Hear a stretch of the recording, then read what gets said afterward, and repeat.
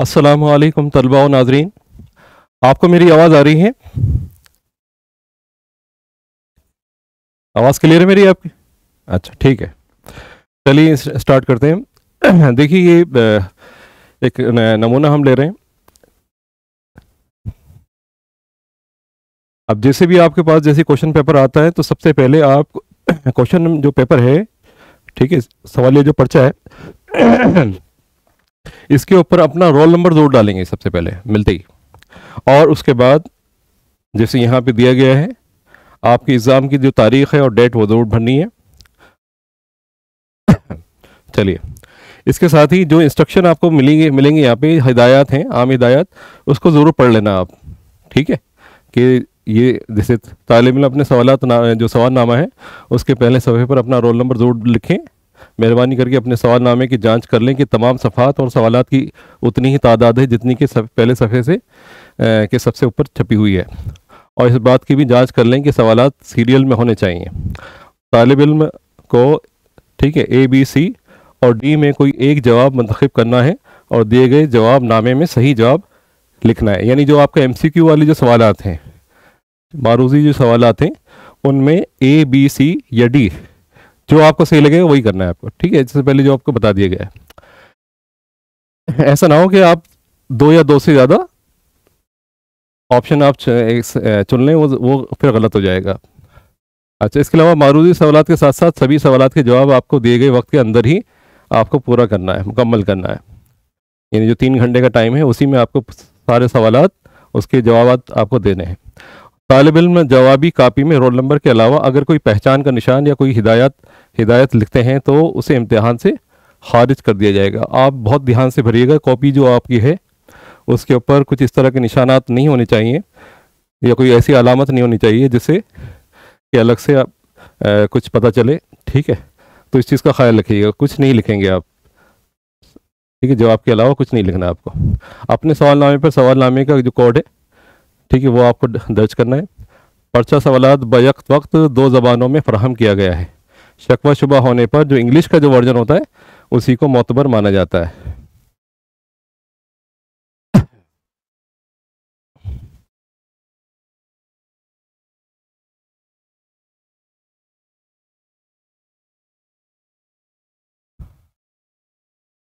ठीक है, तमाम सवालात हल करने हैं और सवालात 1 से 8 मारूजी हैं। अब आपका क्योंकि पैटर्न चेंज हो गया है तो मारूजी सवालात जो हैं उसकी वो उसकी तादाद ज़्यादा होगी। सवालात 9 से 16 जो हैं हर एक का जवाब आपको 25 अल्फाज में देना है, तो अल्फाज की तादाद जो है आपको ध्यान रखनी है। सवालात 17 से 25 जो है उसके जवाबात आपको 50 से 40 के या 40 से 50 अल्फाज में देने हैं। इसी तरह जो बड़े सवालात के जवाब देने हैं आपको, ठीक है, तो उसकी तादाद जो है आपको अल्फाज जो है 150 से 200 के दरमियान होंगे। तो इस चीज़ का ख्याल रखिएगा आप। अब इसमें सवाल स्टार्ट होता है, जैसे दर्ज झेल में से कौन सा गुजरात में हड़प्पा तहजीब का एक मकाम है।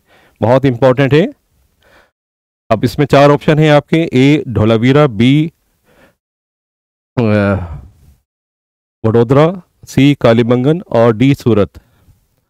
देखिए, A Dholavira, B Vadodara, C Kalibangan, D सूरत। वडोदरा और D जो सूरत है ये हड़प्पा के मकामात नहीं है, तो ये तो वैसे ही खारिज हो जाएंगे आपके। अब हड़प्पा के जो मकामात हैं वो कालीबंगन और धोलावीरा में हैं। अब कालीबंगन ये राजस्थान में है, तो आंसर क्या होगा इसका? धोलावीरा। इसका जवाब क्या होगा? धोलावीरा।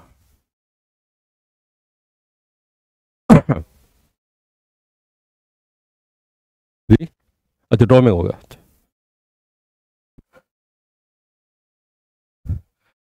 ठीक है, तो इस सवाल का जवाब क्या होगा? धोलावीरा। अगला सवाल है, मेघदूत किसके जरिए लिखी गई? मेघदूत जो है, ठीक है, ये क्या कहते हैं, जो कदीम जो दौर है हिंदुस्तान का, उसमें जो गुप्ता काल है, उस जो गुप्ता पीरियड है उसमें बहुत सारे जो मौरखीन भी हुए हैं, बहुत सारे आपके अदीब भी हुए हैं। उन्हीं में से एक अदीब था जिसका नाम है कालिदास। तो मेघदूत जो है वो किसने लिखी? कालिदास ने। अब उसमें शुद्राक भी हैं, कालिदास, चरक और श्रीहर्ष भी हैं, लेकिन जो मेघदूत लिखी गई है वो कालिदास के ज़रिए लिखी गई है। तो इसका आंसर क्या होगा? मेघदूतम। ठीक है, ये लिखी गई कालिदास के जरिए।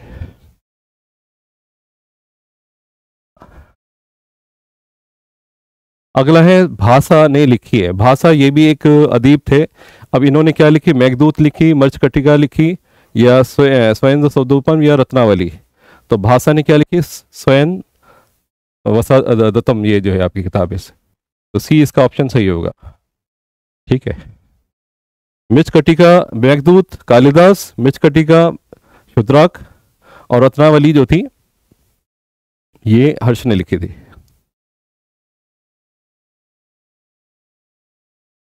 अच्छा, अगला है रियाजी के मैदान में कदीम हिंदुस्तानियों के जरिए 3 अहम खिदमात थीं।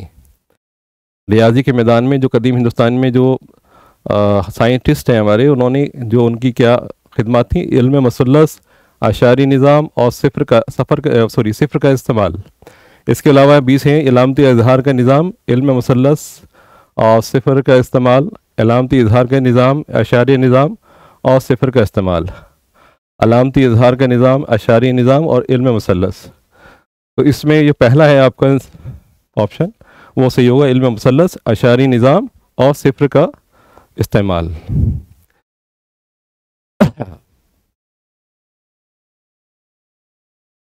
चलिए,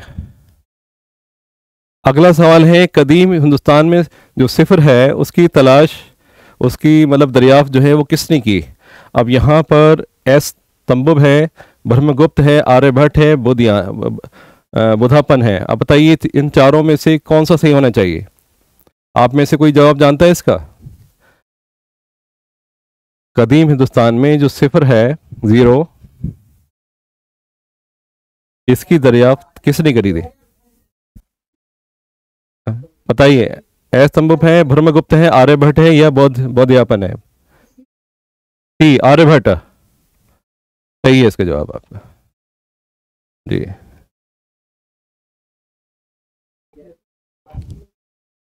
अगला है सवाल, आयुर्वेद क्या है? आयुर्वेद के बारे में आपका मालूम होना चाहिए। आयुर्वेद क्या है? साइंस का कदीमी हिंदुस्तानी निज़ाम है, या बी रियाजी का कदीम हिंदुस्तानी निज़ाम है, सी इल्म नजुम का कदीमी हिंदुस्तानी निज़ाम है, या डी अदवियात का कदीमी हिंदुस्तानी निज़ाम है? अब इन चारों में से एक सही जवाब है, आप बताइए कौन सा है इसमें? डी। कितने लोग कह रहे हैं डी है इसका जवाब? डी सही है। डी इसका जवाब सही है। अदवियात का कदीम हिंदुस्तानी निज़ाम है। ठीक है, ये किसने दिया था? कोई बताएगा ये किसने दिया था आयुर्वेद का जो निज़ाम है?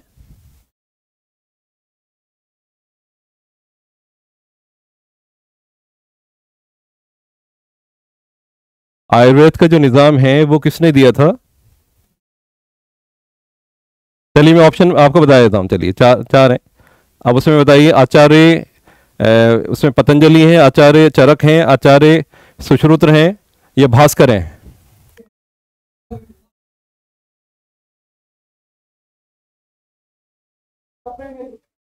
हैं बताइए। आचार्य पतंजलि हैं, आचार्य सुश्रुत हैं, आचार्य चरक हैं, या भास्कर हैं? तो क्या होगा इसमें? चरक, आचार्य चरक हैं। चरक ने जो है आयुर्वेद लिखा, और उन्हीं के नाम पे चरक संहिता है, जो किताब का नाम है चरक संहिता। ठीक है, अच्छा। अगला और बहुत इंपॉर्टेंट सवाल है, अर्थशास्त्र किसने लिखी? अर्थशास्त्र किसने लिखी? ये मौर्य कालीन, मौर्य जो जमाना है, दौर है, उसमें लिखी गई थी।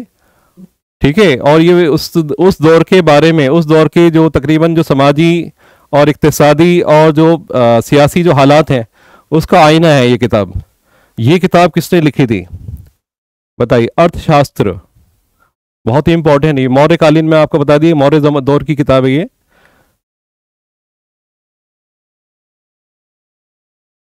अब इसमें है ऑप्शन ए चरक ने लिखी, बी सुश्रुत ने लिखी, सी आर्यभट्ट ने लिखी, डी चाणक्य ने लिखी। अब इसमें 4 ऑप्शन है, इसमें एक इसका आंसर है। बताइए जल्दी से। Chanakya, very good. ठीक है, चाणक्य के और भी नाम है, 2 और नाम भी हैं चाणक्य के। ठीक है, चाणक्य को कौटिल्य भी कहते हैं, और चाणक्य का असली नाम विष्णुगुप्त था। ठीक है, देखने में ये खूबसूरत नहीं थे। ठीक है, तो ये चाणक्य और विष्णुगुप्त या कौटिल्य, ये तीन नाम है इनके हैं। ठीक है, अगला है हर्षवर्धन के दौर में चार मशहूर जामियात कुछ मकामात पर थीं। जो जामियात यानी ये यूनिवर्सिटियां थीं उस दौर में, हर्षवर्धन के दौर में, तो ये कहाँ किन मकामात पर थीं? पहला है ए विक्रमशिला, उज्जैन, गया और नालंदा। बी है तक्षशिला, उज्जैन, गया और नालंदा। सी है तक्षशिला, विक्रमशिला, गया और नालंदा। डी है तक्षशिला, उज्जैन, गया और विक्रमशिला। क्या आंसर होगा इसका बताइए, ए बी सी या डी में से बताइए जल्दी से।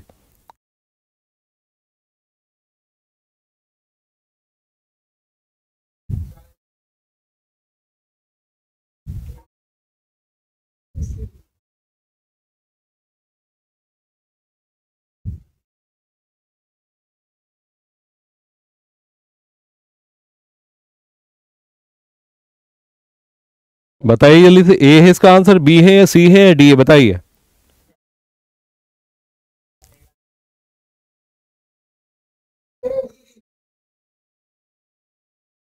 देखिए इसमें एक ध्यान रखिएगा, तक्षशिला इसमें नहीं है। तक्षशिला जो है आपका ये मौर्य का दौर में थी। ठीक है, अब तक्षशिला को हटा दीजिए, तक्षशिला हट जाएगा तो समझ में आ जाएगा आपको।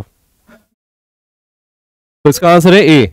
ठीक है, बस, क्योंकि तक्षशिला जो है वो मौर्य दौर की है, बाकी जो है विक्रमशिला, उज्जैन, गया और नालंदा ये आपका हर्ष के दौर की हैं। ठीक है,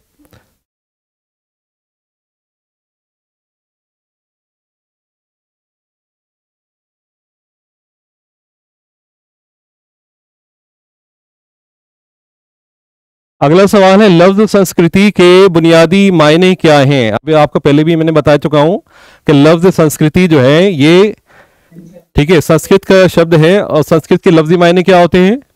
संस्कृत से ही बना है ये। क्या मतलब होता है संस्कृत का?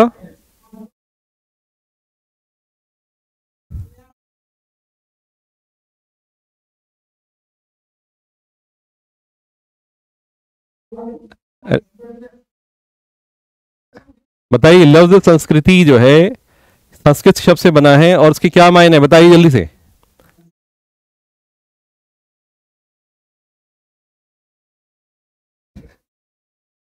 किसी को है इसका आंसर? बताइए, बहुत ही इंपॉर्टेंट है ये।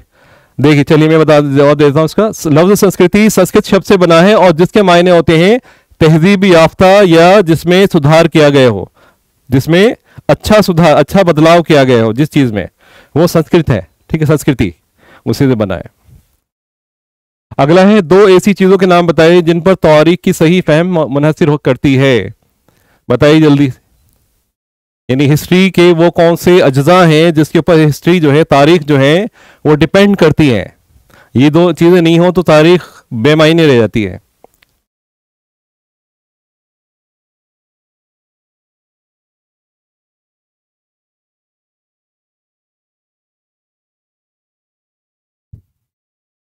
बताइए, बहुत ही इंपॉर्टेंट सवाल है। देखिए तारीख के दो ऐसे ही अज्जा हमें बताने, ठीक है, mention two things on which the correct understanding of history depends. दो ऐसी चीज़ों के नाम बताइए जिन पर तारीख की सही फहम मुनहसर करती है।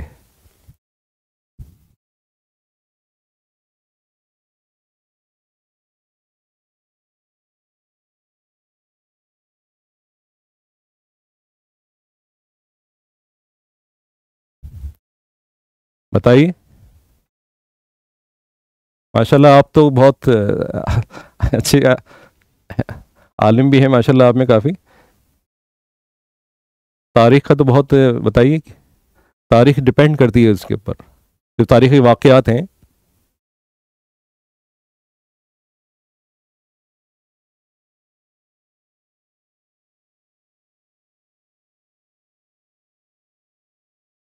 कहीं से हाथ नहीं उठे, क्या बात है? देखिए बेटा देखो, आप देखो जवाब देना आना चाहिए, चाहे गलत ही कोई बात नहीं।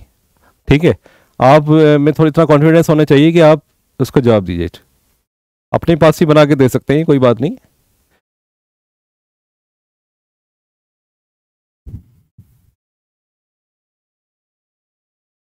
देखिए, सबसे पहली बात तो जब भी तारीख की बात होती है तो हमें ये देखना पड़ेगा कि वो किस ज़माने में, पीरियड में लिखी गई। जो कोई भी शहादतें हमें मिली हैं वो किस पीरियड की हैं।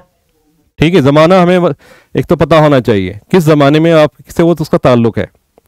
ठीक है, अलग अलग दौर में अलग अलग बादशाहों ने बहुत सारी तारीख भी लिखवाई हैं आपका, चाहे वो सलातीन दौर में हो, मुगलिया दौर में हो। उससे पहले अगर आप देखें तो उसमें जो हिंदू राजा थे उन्होंने भी अपनी तारीख लिखवाई है। लेकिन ज़्यादातर जो भी तारीख लिखी जाती थी वो अपने तारीफ के उसमें लिखी कलमात में लिखी जाती थी, और बाकायदा जो है उसमें वो उनको इनामात भी दिए जाते थे। ठीक है, तो असल ज़राए जो है वो कहाँ से आ रहे हैं ये हमें मालूम होना चाहिए। ठीक है, उसका फहम हमें पता होना चाहिए कि कहाँ से निकल के आ रही है वो। ठीक है, ज़राए हमें मालूम होना चाहिए कि वो लिखवाने वाले कौन है उसे।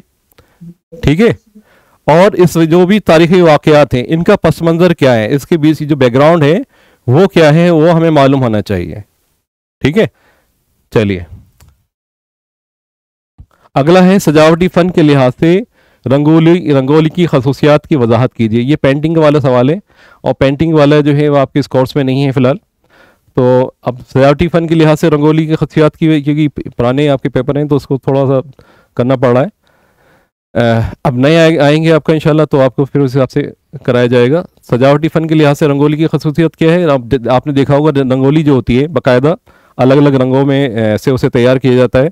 कुछ लोग उसे चावल से और जो कुदरती जो रंग होते हैं उनसे उसे तैयार करते हैं, और दिवाली के टाइम पे, होली के टाइम पे, या जो भी कोई त्यौहार होता है, खुशी का क्या कहते हैं आपका मौका होता है, उस पर जो है अपने घर के आगे उसे सजाया जाता है। या आपने इसके अलावा जैसे कोई फंक्शन हो रहा है स्कूल, कॉलेज में, यूनिवर्सिटी में, तो उसमें भी जो है बाकायदा रंगोली बना के चारों तरफ उसके दिए लगा दी जाते हैं। ठीक है, तो ये शुरू से एक तरह से डेकोरेशन का भी है। दूसरा, कोई अगर आने वाला है कोई मेहमान है तो उसके एक तरह से खुशामदीद के लिए भी लगाया जाता है, बाकायदा बनाया जाता है। अगला है हिंदुस्तानी रिवायती मौसीकी में घराने के क्या मायने। अब ये जो है मौसीकी से जुड़ा हुआ आपका सवाल है और बहुत इम्पोर्टेंट है। देखिए, हिंदुस्तानी जो रिवायती जो मौसीकी है उसको गाने के लिए अलग अलग घराने हुआ करते थे, स्पेशलाइज्ड होते थे, और उन्हें उस दौर के जो सलातीन या राजा होते थे आपका, उन्हें अपने दरबार में बाकायदा रखा जाता था, उनको बाकायदा उनके लिए अलग से पेंशन हुआ करती थी। तो ये घराने अगर हम बात करें तो अलग अलग रियासतों में ये घराने हुआ करते थे। जैसे वडोदरा में है तो वहाँ उनका अपना घराना होता था, पटियाला में अपना घराना होता था, किराना का अपना घराना होता था। ठीक है, उसकी गायक अलग होते थे, उनकी अपनी गायकी का अलग अंदाज हुआ करता था। इसी तरह से ग्वालियर है, जयपुर है, ठीक है, बनारस है, हो गया, दिल्ली हो गया।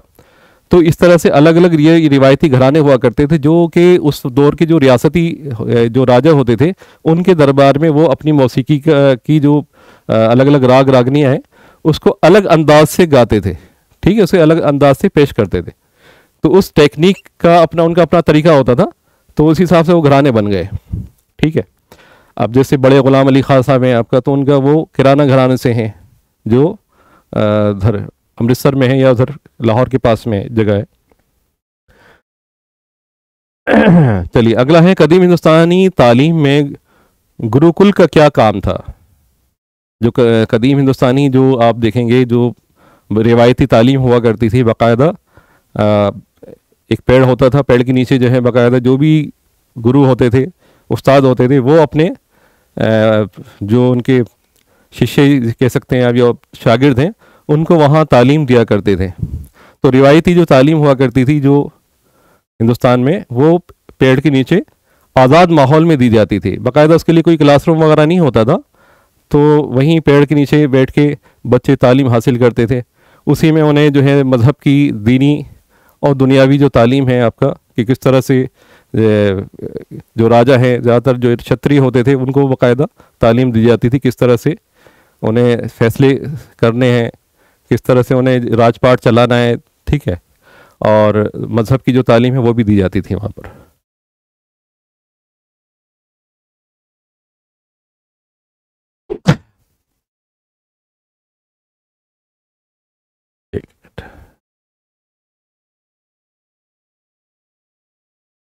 अगला सवाल है बाला ज़ौजियत शादी और ज़ेर ज़ौजियत शादी के दरमियान फ़र्क वाज़ेह कीजिए। बहुत ही इंपॉर्टेंट सवाल है, बाला ज़ौजियत शादी और ज़ेर ज़ौजियत शादी के दरमियान फ़र्क क्या है। बहुत ही। देखिए बाला का मतलब होता है ऊंची जात, ठीक है। अगर कोई निचली जात की शादी ऊंची जात यानी खानदान में हो रही है आपका, तो इसे बाला ज़ुर्रियत वाली शादी कहा जाता है, ठीक है। इसमें शौहर को बीवी पर ज़्यादा इख्तियार और बरतरी दी जाती है, ठीक है।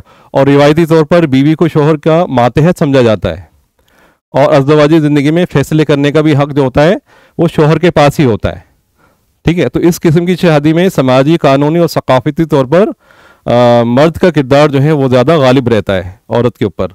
तो इसे हम कह सकते हैं बाला ज़ौजियत शादी।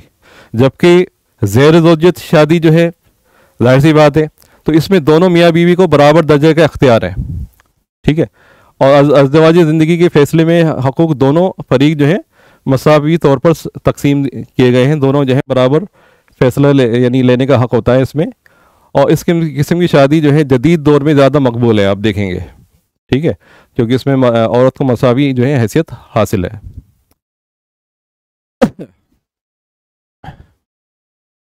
अगला है हिंदुस्तानी सकाफत के गैर ममालिक में फैलाव की सबसे ज़्यादा काबिल ज़िक्र खसूसियात क्या है। यानी हिंदुस्तान की जो सकाफत है वो दूसरे ममालिक में जो फैली है उसके पीछे क्या रीज़न है, क्या उसका के पीछे क्या वजूहात थी। तो वजूहात तो बहुत सारी हैं। पहली वजूहात आपको पता ही है, तिजारत भी है, और दूसरा मजहबी भी है। तो मजहबी और रूहानी असरात जो हैं हिंदुस्तान में आप देखेंगे बहुत गहराई से फैले हुए हैं। ख़ासकर आप देखें हिंदू मत है, बुद्ध मत है, तो उसका असर जो है गैर ममालिक पे बहुत ज़्यादा फैला है आपको।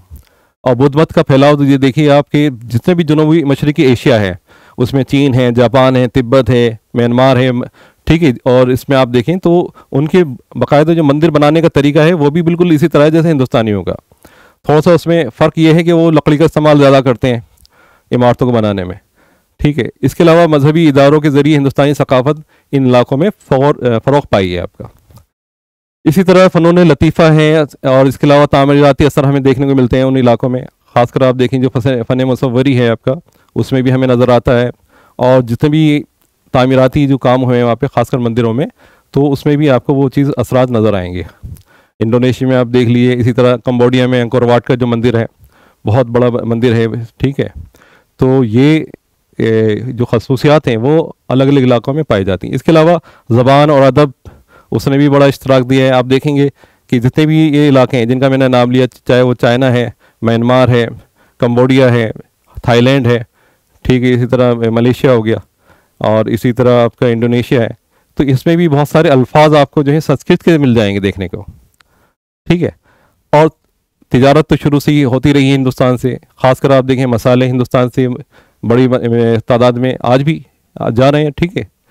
तो ख़ासकर आप देखें काली मिर्च है, लौंग है, इलायची है, ठीक है। ये तो इसकी जो तिजारत है वो शुरुआत से ही हुआ करती थी आपका, और आज भी वो जारी है।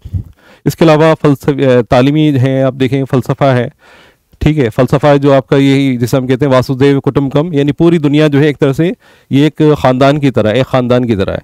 तो ये जो नज़रिया है हमारा, इसने भी जो है हमारे जो कल्चर है और सकाफ़त है उसको फैलाने में काफ़ी मावनत जो है साबित हुआ है, ठीक है। चलिए अगला है रोमाज कौन थे। रोमाज कौन थे?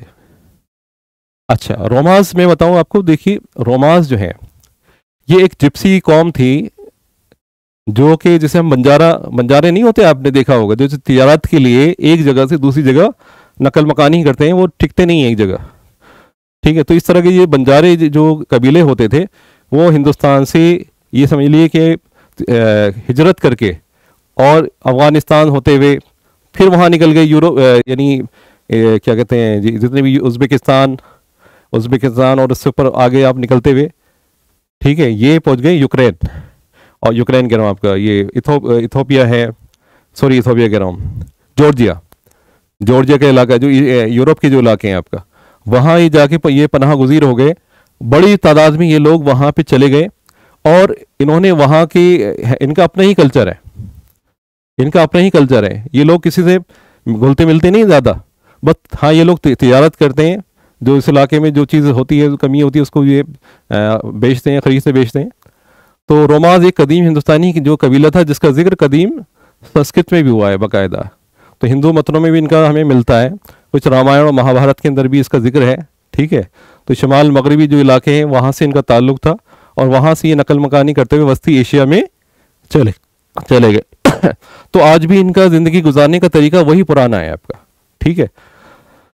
और बाकायदा ये अब क्या बताऊँ आपको, यहाँ उनके यहाँ औरतों की बाकायदा ख़रीदा जाता है, उसकी बाकायदा उनकी जो एक तरह से नीलामी होती है, जो ज़्यादा से ज़्यादा पैसा देता है एक तरह से, यानी वो उस औरत से शादी कर लेता है, ठीक है। बाकायदा इनकी जो है एक तरह बाजार सा लगता है इनका बाकायदा। चलिए अगला है, हड़प्पा तहजीब के किन ही 4 अहम खसूसियात की वजाहत कीजिए।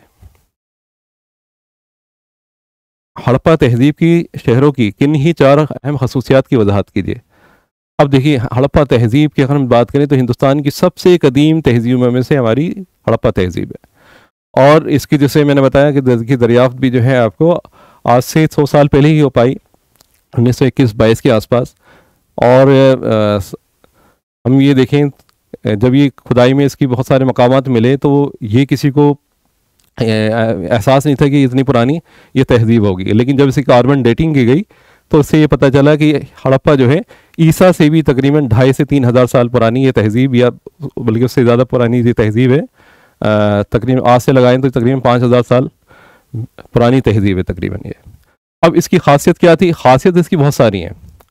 पहली बात तो ये है कि इनकी शानदार मनसूबाबंद तरीके से इन्होंने जो है शहरों को बसाया था, और इसमें बाकायदा आप देखेंगे सबसे पहले इन्होंने सड़कों को सीधा सिरात मुस्तकीम, मतलब सीधा सीधा इन्होंने काटा बाकायदा, और मुंज़म तरीके से जो है इन्होंने गलियाँ बसाई, और उसकी अच्छी चौड़ी ये गलियाँ हुआ करती थी। तो ग्रिड सिस्टम के तहत जो है इन्होंने बाकायदा सड़कों को जो है ज़ावे कामिया के ऊपर बनाकर, ठीक है, एक तरह से जो है मनसूबाबंद तरीके से इन्होंने शहर को बसाया, ठीक है। इसके अलावा इनकी जो इमारतें हुआ करती बहुत मजबूत होती थी, ईंटों से बनाई जाती थी। ईंटों का जो तनासुब था 4:2:1 वो हर जगह बराबर था, कहीं 5:2:1 का हिसाब है, ठीक है, लेकिन वो हर जगह एक जैसी मिलती है हमें। पक्की ईंटों से जो है उन्होंने अपने मकामात या मकानात बनाए, और ये ज़्यादातर जो मकानात हैं वो 2 मंजिला हुआ करते थे। और इसमें एक चीज़ का ख्याल रखा गया कि पानी की निकासी, ठीक है, पानी की जो फराहमी है किस तरह से वो शहर से बाहर जो है पानी, जैसे मान लो अगर बरसता बारिश होती है तो सारा पानी जो है आपका वो नालियों के ज़रिए जो है शहर से बाहर निकल जाए, ठीक है, शहर में किसी तरह की कोई गंदगी ना रहे, इसका ख़ास तौर से ख्याल रखा गया। और ये बाकायदा जो नालियाँ थी, यानी जो गटर सिस्टम जैसे आजकल होता है हमारे शहरों में, उसी तरह से बनाई गई थी बाकायदा। शहर के नीचे ही नीचे इन्होंने बाकायदा पाइप इस तरह से बनाए थे, ईंटों से पाइप बनाए थे कि सारी गंदगी जो है वो शहर से बाहर निकल जाए। इसके अलावा किलेबंद शहर इन्होंने बनाया, चारों तरफ बाकायदा फसील बनाई इन्होंने, और उसमें इन्होंने उसको शहर को जो है बनाया, और उसमें शहर के अंदर एक ऊंचा शहर होता था और एक निचला शहर होता था। शहर में ऊंचाई पे जो शहर होता था वो ख़ास जो लोग होते, यानी जो तिजारत करने वाले हैं या हुकूमत करने वाले लोग हैं, उनका मकानात वहाँ होते थे। बाकी जो निचला शहर है उसमें आम आबादी जो है वो वहाँ रहा करती थी, ठीक है। तो ज़्यादातर लोग खेती बाड़ी, काश्तकारी या तिजारत किया करते थे।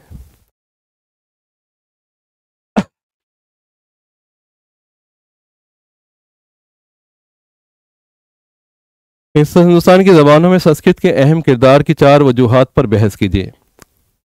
ठीक है, संस्कृत जो ज़बान है इसके ऊपर जो है हमें, इसकी किरदार के ऊपर हमें बात करनी है। देखिए, संस्कृत जो है सबसे कदीमी ज़बान है हिंदुस्तान की, ठीक है, यानी जब से ये आर्य हिंदुस्तान में आए तो ये अपने साथ ये संस्कृत को लेके आए। तो संस्कृत जितनी भी आप कदीमी मवाख़िज़ मिलेंगे हिंदुस्तान के, चाहे वो वेद हों, उपनिषद हों, चाहे आपके पुराण हों, उसके बाद ये इनकी महाभारत है, रामायण है, तो जितनी भी पुरानी आपको दौर की किताबें मिलेंगी वो ज़्यादातर संस्कृत ज़बान में मिलेगी आपको, ठीक है।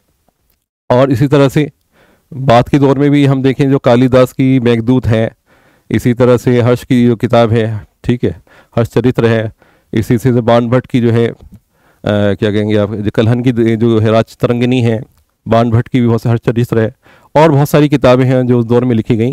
ज़्यादातर ये जितना भी कलाम है इनका या जितना भी काव्य है वो संस्कृत ज़बान में लिखा गया।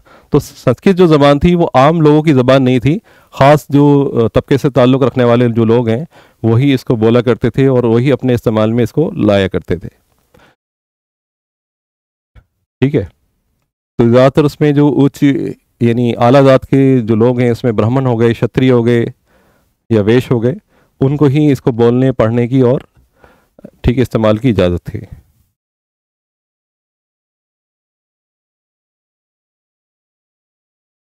उपनिषद के किन ही चार अहम खसूसियात पर बहस कीजिए। उपनिषद, उपनिषद जो है इसके लफ्जी मायने हैं करीब आके बैठना, ठीक है, करीब आके बैठिए। तो उपनिषद ये वेदों के बाद में लिखी गई और वेदों का एक तरह से तबसरा है, ये वेदों के ऊपर एक तरह से तबसरा है। और ये भी हमें उस दौर के बारे में, उनके सियासी, समाजी और माशी जो हालात हैं, उस दौर के बारे में काफ़ी कुछ मालूमात फराहम करती है हमें। तकरीबन टोटल 118 के आसपास ये उपनिषद है आपकी, ठीक है। हिंदुस्तानी फ़लसफ़े में आत्मा के तसव्वुर का तनकीदी जायज़ा लीजिए।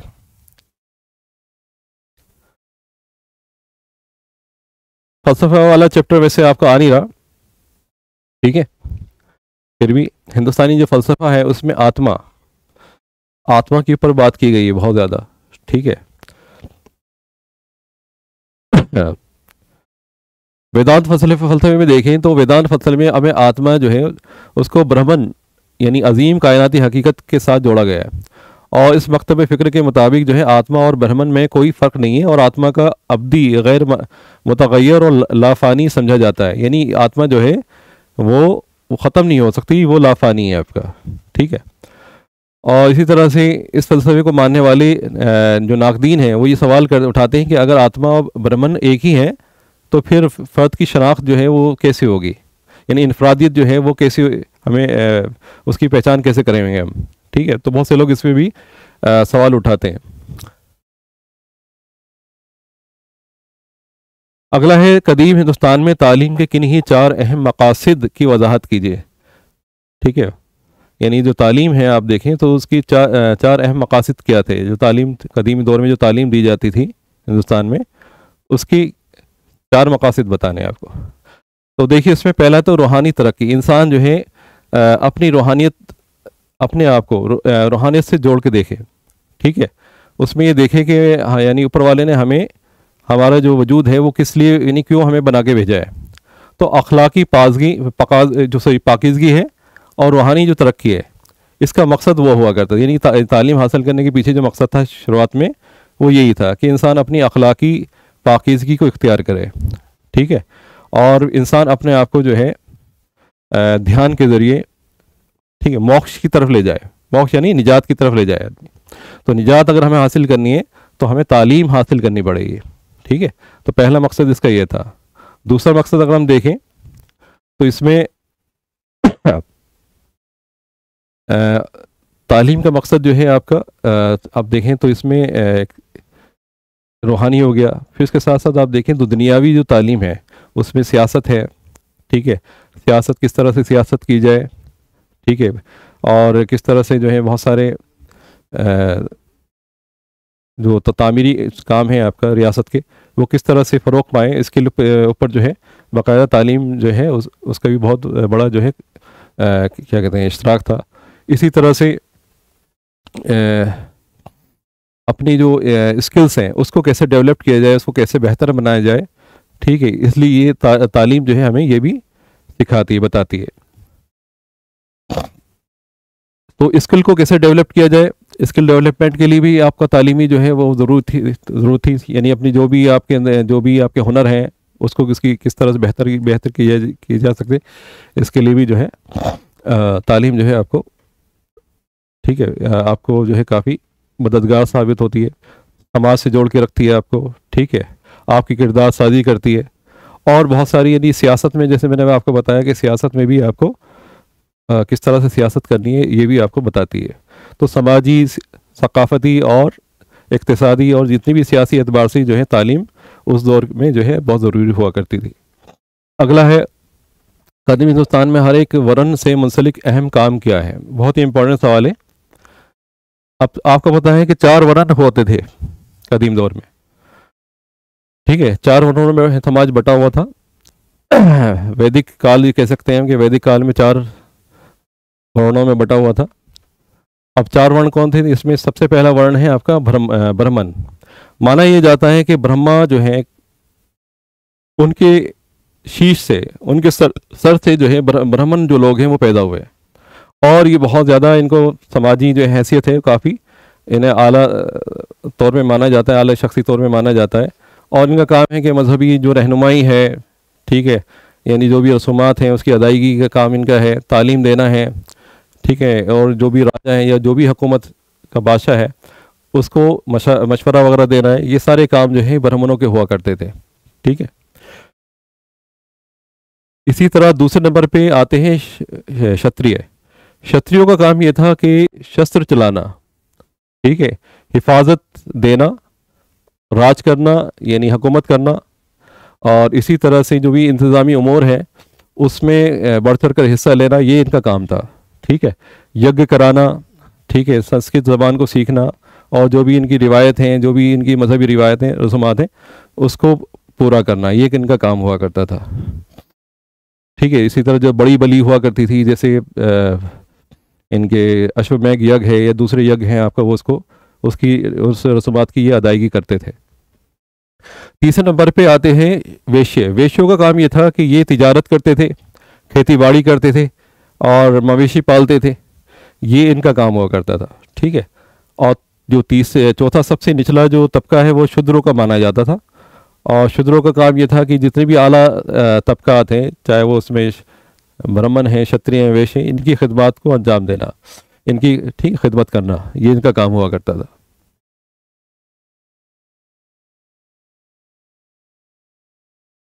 500 कबल मसीह से 500 ईस्वी के दरमियान का दौर हिंदुस्तान में ज़ात पात के निज़ाम के फ़रोग़ का अहम दौर तस्लीम किया जाता है। इस लिहाज से दो मखसूस तरक्यात का जिक्र कीजिए।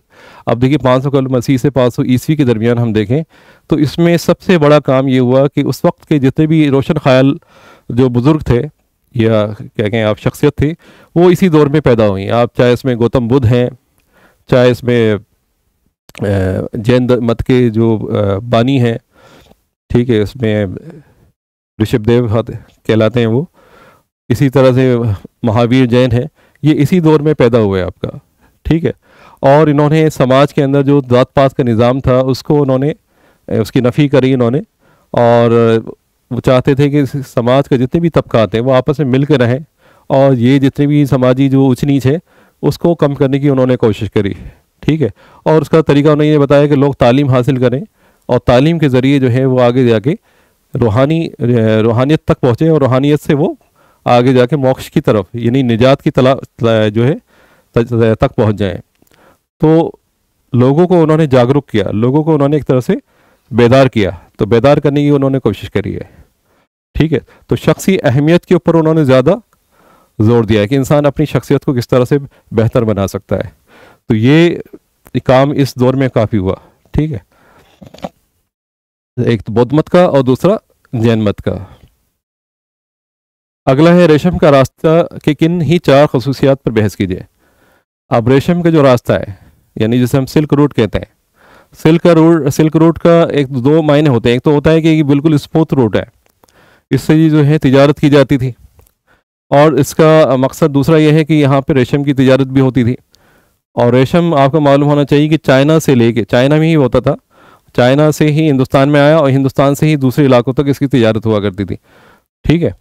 तो रेशम का रास्ता जो कदीम ज़माने से तिजारती रास्तों का एक नेटवर्क था जो मशरक़ी एशिया से लेके मगरबी दुनिया तक के साथ एक हमारी जो ताल्लुकात हैं उसको हमवार करता है।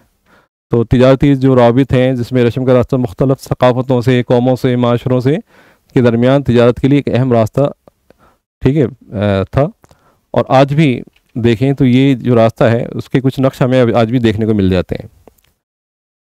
तो इस रास्ते पर मुख्तलिफ जो तिजारती अशिया हैं जैसे रेशम में मसाले हैं, कीमती पत्थर हो गए, और दूसरी कीमती मसनूआत हैं आपका, उसकी तिजारत की जाती थी। तो इसने न सिर्फ इक्तिसादी तरक्की में किरदार अदा किया है बल्कि सकाफ़तों को आपस में जोड़ने की कोशिश करी है, ठीक है।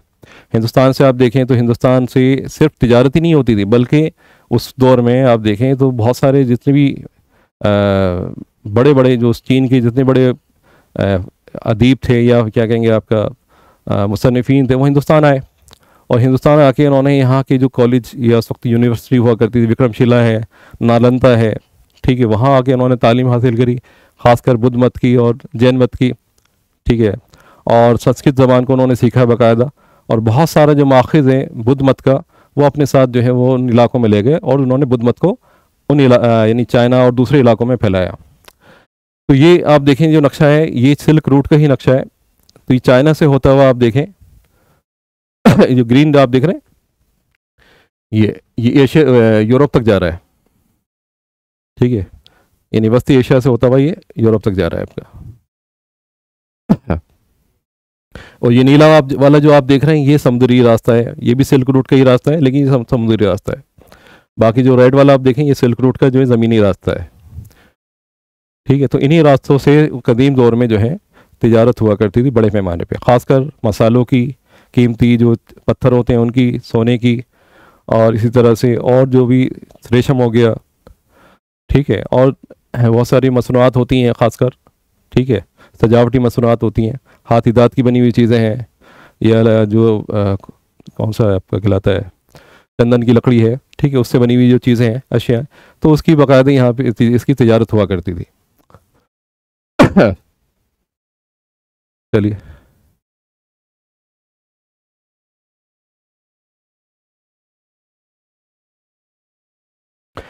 ऐसे किन्हीं 4 तरीक़ों का जिक्र कीजिए जिसके ज़रिए हिंदुस्तानी सकाफ़त का असर बर्मा में नज़र आता है। आप देखिए बहुत सारे बर्मा जो हमारा पड़ोसी मुल्क है उसमें वो 4 हमें बातें बतानी हैं जिसमें हमें बर्मा में किस तरह से हिंदुस्तान की जो सकाफ़त है वहाँ फैली है। देखिए हिंदुस्तानी सकाफ़त की बात करें तो एक तो उसका तिजारत सबसे बड़ा उसका मतलब पॉइंट है आपका। दूसरे नंबर पे हम देखें तो जो यहाँ की मजहबी तालीम है, ख़ासकर आप देखें संस्कृत ज़बान जो है उसका फ़रोग़ जो है दूसरे इलाकों में तक फैला। आप देखेंगे कि इसमें वहाँ के इलाके में, ख़ासकर जो इलाका बर्मा और इंडिया से लगा हुआ है, इसमें आपका मणिपुर का इलाका आप देखें, ठीक है, तो बहुत सारे मणिपुर से बहुत सारे जो ब्राह्मण हुआ करते थे वो बर्मा जाते थे, ठीक है, और वहाँ के जो उस वक्त जो राजा था तो उसके दरबार में ये जो ब्राह्मण थे उनको बहुत ही आला मकाम दिया जाता था, और उनकी जो खिदमत ये होती थी कि वो संस्कृत की जो तालीम है उनको दिया करते थे उस दौर में, ठीक है। तो मजहबी असरात हमें एक नज़र आता है, एक तो संस्कृत का, फिर दूसरा बुद्ध मत का, ठीक है। तो बुद्ध मत की बुनियादी बर्मा में हिंदुस्तान में रखी गई, और हिंदुस्तान के बुद्ध मत की जो तालीमात हैं, ठीक है, उसका असर हमें भी ख़ास तौर से नज़र आता है। वहाँ पे बहुत सारे आप देखेंगे उनके जो स्ट्रक्चर हैं, जो मंदिरों के स्ट्रक्चर हैं आपको वो पगोड़ा कहलाते हैं वो, ठीक है, पगोड़ा कुछ पिरामिड नुमा या शंकु नुमा जो नुमा हैं वो उनकी इमारतें हैं, तो वो उसका तरीका वो पुराना ही तरीका है जो हमें नज़र आता है। तो ये सब इंडिया से लिया गया है। इंडिया में भी जो पुरानी इमारतें थी वो इसी तर्ज की हुआ करती थी। और इसके साथ ही जैसे मैंने बताया कि जो संस्कृत ज़बान है उसका असर हमें वहाँ की तहज़ीब पे नज़र आता है, कल्चर पे नज़र आता है। बहुत से आप देखेंगे कि अल्फाज जो हैं वो संस्कृत से उन लोगों ने लिए हैं, ठीक है। तो आप देखेंगे कि उनकी जो ज़बान है उसमें बहुत सारे अल्फाज हमें मिलेंगे आपको, जैसे पुर है, पुरम है, या इसी तरह से क्या है जो आम बोलचाल की जो अल्फाज हैं वो हमें नज़र आते हैं वहाँ पे, ठीक है। तो पहला तो उसका तिजारत रहा है, दूसरा उसका मज़हब रहा है, ठीक है। तो मज़हब ने भी जो है एक तरह से कल्चर को फैलाने में काफ़ी मदद दी है। चलिए फिर बाकी में अगले क्लास में इंशाल्लाह आपको करा दी जाएगी, ठीक है, जो क्वेश्चन रह गए तो इससे अच्छे से आप करिएगा। खासकर जो लास्ट चैप्टर है ये एक तो तालीम से जुड़ा हुआ, दूसरा जो हिंदुस्तानी सकाफ़त जो दूसरे गैर ममालिक में फैली है, ठीक है, उसका असर हमें जो नज़र आता है उसके बारे में आप ज़रूर पढ़िएगा, ठीक, बहुत ज़रूरी है आपका ये, ठीक है। इंशाल्लाह अगली क्लास में आपसे मुलाकात होगी, तब तक अपनी दुआ भी याद रखें। अस्सलाम वालेकुम, अल्लाह हाफ़िज़।